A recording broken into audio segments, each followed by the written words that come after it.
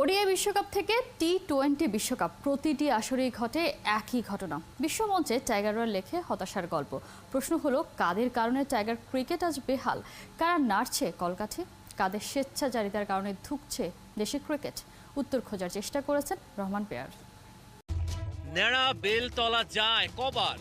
বাংলাদেশের ক্রিকেটের ক্ষেত্রে প্রশ্নটা সবার। একই ভুল হয় বারবার, এমন পরিস্থিতি থেকে কে করবেন উদ্ধার?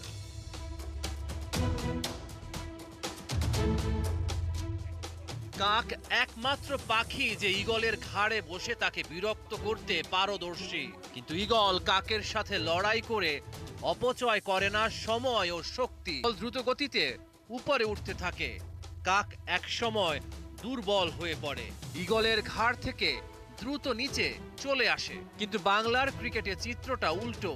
এখানে বাঁশের চেয়ে কঞ্চি বড়। তারাই ঠিক করে জাতীয় দল কিভাবে চলবে। দুইটা ঘটনাকে সামনে আনলে সবকিছু পরিষ্কার হয়ে যাবে।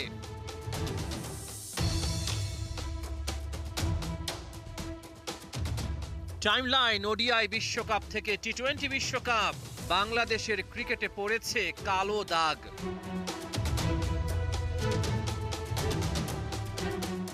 টাইগারদের টি-20 সামর্থ্য নিয়েই উঠেছে প্রশ্ন। বুমেরাং হয়েছে কিছু সিদ্ধান্ত। এখন অনেকের মনে পড়ছে মেহেদী হাসান মিরাজের কথা। ঠিক ছিল তো এই অলরাউন্ডারকে বিশ্বকাপ দল থেকে বাদ দেয়া? ম্যাচের পর ম্যাচ খারাপ খেলেও লিটন আছেন বহাল তবিয়তে। মিরাজ থাকলে ওপেনিংয়ে একটা ব্যাকআপ অপশন বাড়ত, আবার লোয়ার অর্ডারেও তাকে বিবেচনা করা যেত।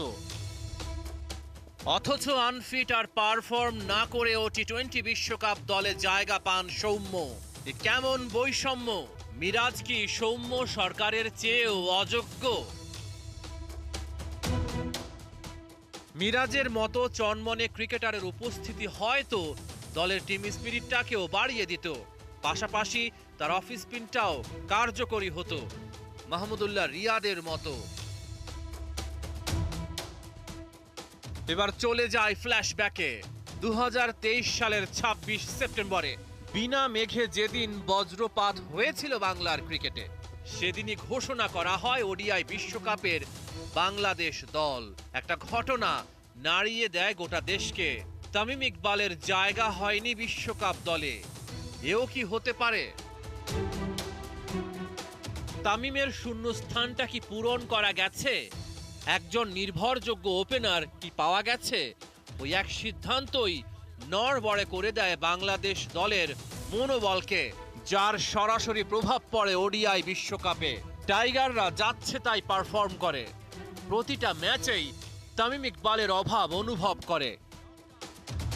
যে ডিসকাশনটা করতে চাই সেটা হচ্ছে, বাংলাদেশ দল অবশেষে বিশ্বকাপে ব্যর্থ মিশন শেষে দেশে প্রত্যাবর্তন করেছে। অনেকেই মনে করবেন যে বাংলাদেশ তো সুপার 8-এ গেছে, বিশাল সাফল্য, এবং বাংলাদেশ দল টি-20-তে অবিস্মরণীয় সাফল্য যেহেতু পেয়েছে, তারা বোনাসটা পায়নি। এই বোনাস না পাওয়ার কারণে তাদেরকে দায়ী করার কোনো সুযোগ নেই। বোনাস হচ্ছে আফগানিস্তানের বিপক্ষে যদি আমরা জিততে পারতাম।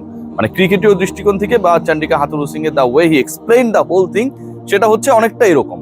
কিন্তু এখানটা একটা শুভঙ্করের ফাঁকি রয়েছে। আমি মূল আলোচনায় যাবার আগে একটু আপনাদেরকে বোঝানোর চেষ্টা করি 2021 সালে ওয়ার্ল্ড কাপের কথা আপনারা মনে করতে পারেন কিনা। মূল পর্বে খেলেছিল 10-12টা দল, তার আগে বাছাই পর্ব অর্থাৎ একটা প্রাথমিক বাছাই শেষে মূল পর্বে প্রত্যাবর্তন করেছিল র্যাঙ্কিং এ পিছিয়ে থাকা দলগুলো। তখনও বাংলাদেশ আরব আমিরাতের মতো দলের বিপক্ষে খেলেছিল, স্কটল্যান্ডের মতো দলের বিপক্ষে হেরেছিল। কিন্তু মূল পর্বে যখন বাংলাদেশ খেলে, সব টাফেস্ট অপোনেন্ট, এবং সেই জায়গাটায় টিম টাইগার্স খেলার পর যখন কোনো জয় পায়নি, সেটাকে জয় হিসেবে কাউন্ট করা হয় নাই। আবার একই সাথে বাংলাদেশ যে আরব আমিরাত, পাপুয়া নিউগিনি টাইপের দলগুলোকে হারিয়েছিল, সেটাকেও জয় হিসেবে কাউন্ট করা হয়নি, যেহেতু সেটা মূল পর্ব ছিল না। এবারের বিশ্বকাপের মূল পর্বটাই হয়েছে 20টা দল নিয়ে। এর আগে যেটা হতো 8-10টা দল নিয়ে, এবার হয়েছেই সেটা 20টা দল নিয়ে। তো 20 দল নিয়ে যখন হয়েছে, তখন প্রিভিয়াসলি যেই দলগুলো প্রাথমিক বাছাই পর্ব খেলতো, সেই দলগুলো অটোমেটিকলি মূল পর্বে খেলেছে, যেমন নেপাল, নেদারল্যান্ডস টাইপের দল, এবং বাংলাদেশ এদের বিপক্ষে জিতেছে, যেটাকে চন্ডিকা হাথুরু সিং এর বিশাল সাফল্য হিসেবে দেখাতে চান। সিরিয়াসলি ঘটনাটা কিন্তু এরকমই। ফরম্যাটের কারণে এই যে একটা অ্যাডভান্টেজাস পজিশনে থাকা এবং সেটার ফায়দা নেওয়ার প্রবণতা, এটা বাংলাদেশের ক্রিকেট সংশ্লিষ্ট যারা রয়েছেন, ক্রিকেট বোর্ড পরিচালনায় যারা রয়েছেন, তারা কতটুকু এই টেকনিক্যাল ইস্যুসটা বুঝতে পারছেন, আমার সেই ব্যাপার নিয়ে ডাউট রয়েছে এবং নিশ্চয়ই তাদের সেটা বোঝা উচিত। এই সংক্রান্ত বাংলাদেশের বিশাল সাফল্য, বিশাল রেজাল্ট এনে দিয়েছে, এই বক্তব্য দিয়ে কেউ যদি আসলে অ্যাডভান্টেজাস পজিশন নিতে চায় তাকে স্টপ করা উচিত। কারণ যদি সেটা হয় তাহলে বাংলাদেশ 2021 আরব আমিরাত এবং ওমানে যে ওয়ার্ল্ড কাপ হয়েছিল সেখানে যে ওই 10-12টা দলের মধ্যে আসার আগে যে জয়গুলো পেয়েছিল ওমান টোমান দলগুলোর বিপক্ষে, সেটাও তো তাহলে কাউন্ট করতে হবে।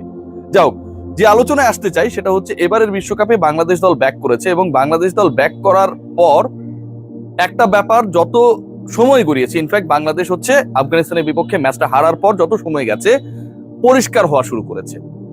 বাংলাদেশ ক্রিকেট বোর্ডের নীতি নির্ধারণী পর্যায়ে যারা রয়েছেন তারাও এটা ফাইন্ড আউট করার চেষ্টা করছেন এবং কিছু কিছু জায়গা থেকে একটা ব্যাপার খুব ক্লিয়ার হয়েছে যে আগের ওয়ার্ল্ড কাপে যেভাবে কোচ অনেকটা তার ইচ্ছার প্লেয়ারদেরকে প্রাধান্য দেবেন এবং কাউকে তিনি পছন্দ করেন না, তাদেরকে ছেটে ফেলবেন, সো সেটাই ছিল মূল ইন্টেনশন। এবারের ওয়ার্ল্ড কাপেও সেই প্রবণতাটা খুব দারুণভাবে ছিল এবং এই বিশ্বকাপে সেটাকে অ্যাপ্লাই করতে গিয়ে তিনি যে গেমটা খেলেছেন, তিনি যে তার যে শেষ ওস্তাদের মার শেষ রাতে একটা কথা রয়েছে না, শেষ রাতে আসলে যাকে তিনি মারটা মেরেছেন সেই মানুষটা হচ্ছেন মেহেদী হাসান মিরাজ।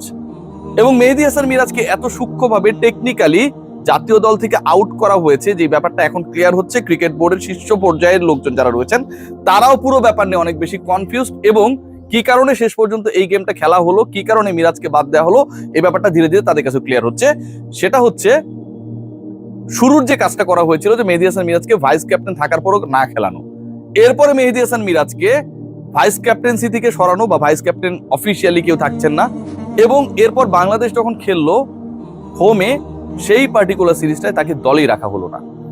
বিপিএল এ পারফরমেন্স কোনো গোনায় ধরার দরকার নেই, কারণ সেটা হাতুরা সিং ধরবেন না, কিন্তু ওই পার্টিকুলার বিপিএল শেষেই তানভীর ইসলামকে দলভুক্ত করা হয়। পুরো প্রসেসটা আমি আপনাদের সাথে ব্যাখ্যা করলে বুঝবেন। তানভীরকে যখন দলভুক্ত করা হয় ঠিক সেই একই সময়ে জাতীয় দলের যে 4জন স্পিনারকে ক্যারি করা হয়েছে, তানভীর কিন্তু কোনো ম্যাচ খেলেন নাই। তানভীরের থেকে better best option Shakib Al Hasan exist করছিল টিমে, বাঁহাতি অর্থোডক্স। তারপরও একই টাইপের দুজন বোলারকে টিম ম্যানেজমেন্ট ক্যারি করে only for the will of the head coach. তিনি চেয়েছেন 15 সদস্যের যে স্কোয়াডটা রয়েছে সেখানটায় যদি একটা স্পট তানভীরকে দিয়ে আপনি অকুপাইড করে ফেলেন তাহলে একজন স্পিনারের একটা স্পট কমে যায়। আলোচনায় ছিলেন কে, মানে স্পিনারের সেই স্পটটায়, মানে 4জন স্পিনার আপনি নিচ্ছেন, মেহেদী হাসান মিরাজকে তার মধ্যেও আপনি অন্তর্ভুক্ত করছেন না। আলোচনায় থাকা একমাত্র ক্রিকেটারই হচ্ছে মেহেদী হাসান মিরাজ। সো যখন আপনি তানভীরকে দিয়ে 15তম সদস্যের স্পটটা অকুপাইড করে ফেলবেন এবং আপনি জানেন যে তাকে আপনি খেলাবেন না, আপনি একটা ম্যাচে 2টা বাঁহাতি অর্থোডক্স স্পিনার তো খেলাবেন না, খুব সিম্পল, এটা পাগলও জানে। সো আপনি খেলাবেন না জানার পরও আপনি মেহেদী হাসান মিরাজকে জাস্ট বাদ দেওয়ার জন্য 15th মেম্বার হিসেবে তানভীর ইসলামকে অন্তর্ভুক্ত করা হয় এবং ফাইনালি তাকে বিশ্বকাপে বাংলাদেশ 7টা ম্যাচ খেলেও কোনো ম্যাচে সুযোগ দেওয়া হয় নাই। মূল কারণ যেটা ছিল এবং মূল বিষয় যেটা ছিল এটা এখন একদম ক্রিস্টাল ক্লিয়ার এবং এটা শুনলে অনেকটা গা হচ্ছে কি বলবো, মানে শিউরে ওঠে। Mehedi Hasan Miraz is very close to Tamim Iqbal Khan and the other guys, যাদেরকে আবার চান্ডিকা হাতুরু সিংহে পছন্দ করেন না। চান্ডিকা হাতুরু সিংহে তাদের পছন্দ করেন না, তামিম ইকবাল খান প্র্যাকটিসে গেলেও তার সাথে কথা বলেন না। বাংলাদেশ ক্রিকেট বোর্ড তাকে চাকুরি দিয়েছে বাংলাদেশ ক্রিকেট বোর্ডের আন্ডারে চুক্তিবদ্ধ ক্রিকেটারদের সেবা করার জন্য, শেখানোর জন্য। সেই পার্টিকুলার ক্রিকেটারদের সাথে হেড কোচ, যিনি বিদেশি একজন হেড কোচ, বাংলাদেশের সালাউদ্দিন সাররা হলে আমরা মনে করতে পারতাম, নাজমুল আবেদিন ফাহিম হলে আমরা মনে করতে পারতাম যে তাদের সেই দাবির জায়গা রয়েছে ক্রিকেটারদের প্রতি, রাগ করেছে, কথা বলে নাই, থাপ্পড় মেরে দিয়েছে, সেটাও আমরা মানতে পারতাম, নো প্রবলেম উইথ দ্যাট। কিন্তু বিদেশি একজন কোচ প্রায় প্রতি মাসে $1.5 কোটি টাকা তিনি ড্র করছেন, তিনি ন্যাশনাল টিমের ক্রিকেটারের সাথে মাঠে দেখা হলেও কথা বলেন না, তার প্রগ্রেস সম্পর্কে জানানোর চেষ্টা করেন না। সেই তামিম ইকবালের ঘনিষ্ঠ ছিলেন মেহেদী হাসান মিরাজ, কারণ হচ্ছে দুজনই বরিশালে খেলেছেন এবং এই ব্যাপারে হেড কোচের বিরক্তি তৈরি হয়েছিল যখন তামিম ইকবাল মিরাজকে বরিশালের হয়ে ক্যাপ্টেন্সি করার অফার করেছিলেন। বরিশালের ক্যাপ্টেন কিন্তু তামিমের হবার কথা ছিল না, ফ্র্যাঞ্চাইজ অনুরোধ, ক্রিকেটারদের অনুরোধ, ফাইনালি তিনি বরিশালের নেতৃত্বে রাজি হয়েছিলেন। কিন্তু তামিমের ইচ্ছা ছিল মিরাজ ক্যাপ্টেন্সি করবে এবং যেহেতু মিরাজ আপকামিং লিডারশিপ গ্রুপের পার্ট ন্যাশনাল টিমে, সো তার তো গ্রুমিং এর একটা জায়গা রয়েছে, মানে আমি বড় ভাই, আমি ক্যাপ্টেন্সি করলাম, আমি ক্রেডিট নিলাম, সেই টেন্ডেন্সি তামিমের ছিল না। তামিম চাচ্ছিলেন মিরাজ যেন ক্যাপ্টেন্সি করে এখান থেকে অনেক কিছু শেখে এবং তারা তো রয়েছেনি। এই যে একটা ব্যাপার যে তামিম মিরাজের সখ্যতা, মিরাজকে ক্যাপ্টেন্সি দিতে চাওয়া, মিরাজের বিভিন্ন ইন্টারভিউতে তামিম সম্পর্কে অনেক ভালো ভালো কথা বলা, পুরো ব্যাপারটা তাকে ব্যাকফায়ার করেছিল। অথচ কোনোটাই ছিল, মিরাজের কোনো বক্তব্যই ছিল না যে কাউকে আসলে বেশি ভালোবাসা বা সম্মান প্রদর্শন করে এই বক্তব্যগুলো তিনি দিয়েছেন। তিনি যা হচ্ছিল তাই সাদামণি সেটা করছিলেন। ঘটনা যেটা ঘটেছে, একই দলে তো আরো অনেক ক্রিকেটার ছিল, তাহলে তারা কেন, মানে সবচেয়ে বড় কোয়েশ্চেন, ন্যাশনাল টিমে ঠিকই সুযোগ পেলেন। মাহমুদুল্লাহ রিয়াদ ইন্ট্রোভার্ট, তিনি কারোর সাথে কোনো কিছু শেয়ার করবেন না, এবং আপনারা দেখেন যে তাকে এত ঘটনা ঘটানোর পরেও ওয়ানডে বিশ্বকাপে সর্বোচ্চ রান করার পরেও কিন্তু মাহমুদুল্লাহ রিয়াদ স্পিক আউট করেননি। কোনো প্রেস কনফারেন্সে, একটা প্রেস কনফারেন্সে অফিসিয়ালি কথা বলেছেন সেঞ্চুরি করার পর, তারপর তিনি কথাও বলেন নাই। সো মাহমুদুল্লাহ রিয়াদ দলের মধ্যে কি হচ্ছে বা হবে, টি-20 যে দলটা আসলে বিশ্বকাপে গেছে সেই সম্পর্কে অন্তত মাহমুদুল্লাহ রিয়াদকে অপছন্দ করলেও তার মধ্যে থেকে কোনো কিছু ইন্টারনাল ইস্যুস বের হবে না, কোনোখানে এটা কনফিডেন্সটা ছিল। সৌম্য সরকার বরিশালে খেলার পরও ন্যাশনাল টিমে ছিল, মিরাজ কেন ছিল না, এই প্রশ্ন আপনারা করতেই পারেন। সৌম্য সরকার চান্ডিকা হাতুরুর খুবই গুড বুকের মানুষ। তো সৌম্য সরকার এখানটায় কোনো ধরনের স্পিক আউট করবেন, প্যাচ লাগাবেন, ভেতরে কোনো পরিকল্পনা নিয়ে অসন্তুষ্টি জ্ঞাপন করবেন। ইভেন সৌম্য সরকার লিডারশিপ গ্রুপের পার্টও না ইন ফিউচারে। সো সৌম্যকে নিয়েও সেই অসন্তুষ্টি ছিল না। সৌম্য সরকার বাজে পারফরমেন্স করার পর জাতীয় দলে টিকে গেছেন, বিশ্বকাপে 2টা ম্যাচ খেলেছেন, 2টাতেই ফ্লপ করেছেন। তারপরেও মেহেদী হাসান মিরাজকে নিয়ে সেই রিস্কটা ছিল, এবং সেই রিস্কটা এত পর্যায়ে ছিল যে মেহেদী হাসান মিরাজ দলের মধ্যে বিশ্বাস ছিল, হেড কোচের মধ্যে একটা প্রবল বিশ্বাস ছিল যে মেহেদী হাসান মিরাজ তিনি হচ্ছে এই যে উল্টাপাল্টা প্ল্যানিং গুলো, কখন কাকে কিভাবে অমিট করা হবে, ড্রেসিং রুমে হাতুরু সিং কিছুদিন আগে বাজেভাবে মেজাজ হারিয়েছিলেন, সেই সংক্রান্ত রিপোর্টগুলো হয়তো সামনে আপনারা দেখতে পাবেন। আমি জাস্ট আপনাদেরকে ক্লু দিয়ে রাখলাম, এবং এটা নিয়ে অনেক বড় ধরনের তিক্ততা তৈরি হয়েছিল ড্রেসিং রুমে, কোচিং স্টাফ এবং অন্যদের মধ্যে। সেই জায়গায় মেহেদী হাসান মিরাজ থেকে এই তথ্যগুলো, এই ইস্যুসগুলো, যেহেতু তিনি কোচের অপছন্দের শীর্ষ ক্যাটাগরির যিনি তামিম ইকবাল খান, তার কাছের মনে করা হতো, অতএব তিনি এটা বলে দিতে পারে, এটা মিডিয়া আসতে পারে, নাসুম আহমেদ যে ঘটনাটা ঘটেছে এরকম কোন একটা ঘটনা করতে পারে। তাহলে কি করতে হবে? মিরাজকে অমিট করতে হবে, মিরাজকে কোনোভাবে বিশ্বকাপে সুযোগ দেওয়া যাবে না। 7টা ম্যাচে যে লাস্ট টি-20তে খেলেছিলেন তার পেছনের যদি আমরা 7টা ম্যাচ দেখি, ওই ম্যাচ বাদ দিলে, তাহলে এই 7টা ম্যাচের মধ্যে মেহেদী হাসান মিরাজ ছিলেন 2বার ম্যান অফ দ্য ম্যাচ টি-20তে। ভাই সিরিয়াসলি, যে ইংল্যান্ড আউট হয়ে গেছে সেমিফাইনালস থেকে, তাদেরকে হারানোর ক্ষেত্রে স্পিনিং ট্র্যাকে মিরাজ 4 উইকেট নিয়েছিলেন 12 রানে, 15 বলে 20 রান করেছিলেন, ম্যান অফ দ্য ম্যাচ ছিলেন। সেই মিরাজকে বাংলাদেশ ক্রিকেট বোর্ড কনসিডার করছিল নেক্সট লিডার হিসেবে, যে কারণে তাকে ভাইস ক্যাপ্টেন্সি দেওয়া হয়। ভাইস ক্যাপ্টেন্সি তো নিশ্চয়ই বাংলাদেশ ক্রিকেট বোর্ডের লোকজন যা মনে আসলো ইচ্ছা হলো দিয়ে দিলাম এরকমটা না, একটা প্ল্যান থেকেই দিয়েছে জালাল নিউজ ভাইরা। সেই মিরাজকে খেলতে তো দেওয়া হয়নি, পরের সিরিজেই বাদ দেওয়া হয়েছে শুধুমাত্র কোচের ইচ্ছায়, কারণ ওখানটায় ভালো করে ফেললে, হোম কন্ডিশনে ভালো করে ফেললে তাকে দলে নেওয়ার একটা প্রেশার ক্রিয়েট হবে। তার থেকে ন্যাশনাল টিমে অনেকটা আনটেস্টেড বাঁহাতি অর্থোডক্স তানভীরকে নিয়ে 4 জন স্পিনারের জায়গা ঠিকই হয়েছে 15 সদস্যের দলে, শুধুমাত্র 15th মেম্বারের যে জায়গাটা সেটাকে অকুপাইড করার জন্য, মিরাজকে অমিট করার জন্য। দিন শেষে বাংলাদেশ সাফার করেছে।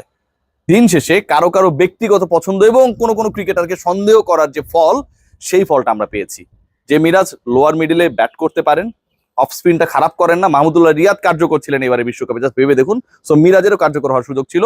ওপেনিং এ বাংলাদেশ ম্যাচের পর ম্যাচ স্ট্রাগল করেছে, লিটন এবং তামিম খুব ভালো ব্যাট করেছে বলেন তো, সেখানটাও মিরাজ একটা চমকপ্রদ সলিউশন হতে পারতো, সেটাও আমরা অ্যাভেল করিনি। এভাবেই চলছে বাংলাদেশের ক্রিকেট, এবং আমরা মেনে নিচ্ছি হেড কোচ যা চান সবকিছুই। সবাই ভালো থাকবে।